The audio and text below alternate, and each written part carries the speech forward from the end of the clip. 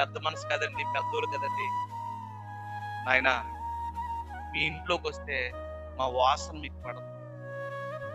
అది ఆ కుక్కకి షెడ్ వేశారు కదా, మాకు షెడ్ వేయాలి, ఇందులో ఉంటుంది.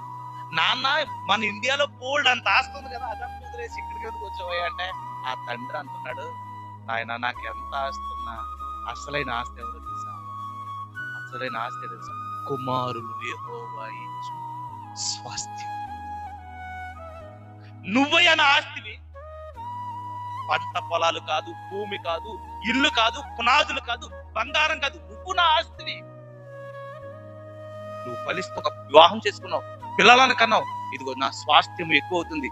ఇదిగో ఆ కుక్కకి షెడ్ కట్టావు కదా, చాలా వేల రూపాయలు ఎట్టి కొన్నావు కదా, ఇదిగో నాకు ఆ పక్కన ఒక షెడ్ అయ్యా అన్నాడు. ఎందుకు నాన్న అంత ఆస్తుది నువ్వు ఎక్కడికి వచ్చావంటే ఒకే ఒక్క మాట చెప్పాడట. ఏంటో తెలుసా? నేను చచ్చే ముందు నా కొడుకును ప్రతి దినము చూసి చూసి కన్నులారా ఆనందిస్తూ నీ అభివృద్ధిని చూస్తూ నేను కన్ను ముయ్యాలన్నాడట. దేవునికి మహిమ కలుగుతుందట.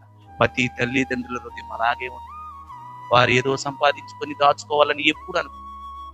పిల్లలకే చచ్చిపోయే ముందు ఎల్ఐసీలు ఎవరికమ్మా? బ్యాంకులో డిపాజిట్ చేసిన డబ్బులు ఎవరికి? వారి ఉద్యోగాలు చేస్తే ఆ ఉద్యోగంలో మిగిలిన డబ్బు ఎవరికి? ఇప్పటి నుంచి మొదలు పెడతారు. యవ్వన కాలం వచ్చిన కానీ పిల్లల కొరకు కూరుస్తారు. ఇదిగో 1,00,000, 2,00,000, నా కొడుకు 5 లక్షలు ఉన్నాయి, నా కూతురికి 10 లక్షలు ఉన్నాయి. నా బిడ్డలు ఎవరి దగ్గర చేయి చాపకూడదనేసి కష్టపడిపోతూ ఉంటారు. ఎవరి కోసం? పిల్లల కోసం.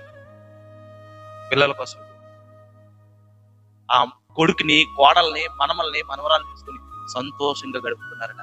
ఈ మాటలు మీకు అర్థమైతే ప్రత్యక్ష గుడారం అందుకేసుకున్నారు. దేవునికి ఇదిగో నా పిల్లలైన ఇశ్రాయేలీయుల మధ్య నేనుంటాను ప్రత్యక్ష గుడారంగా. నా బిడ్డలు అమాయకులు, వారికి ఏం తెలియదు. కొన్నాళ్ళు ఐగుప్తీయుల బానిసత్వం వారు వహించారు. వాళ్ళకి ఏం తెలియదు, వారు ఎలా నడవాలో తెలియదు, వాళ్ళు ఎలా బ్రతకాలో తెలియదు, వారికి కనీసం ఆలోచన తెలియదు. నేను వారి మధ్యన ఉంటాను, వారి మధ్యన ఉంటానని ఆయన ప్రత్యక్ష గుడారం. దేవునికి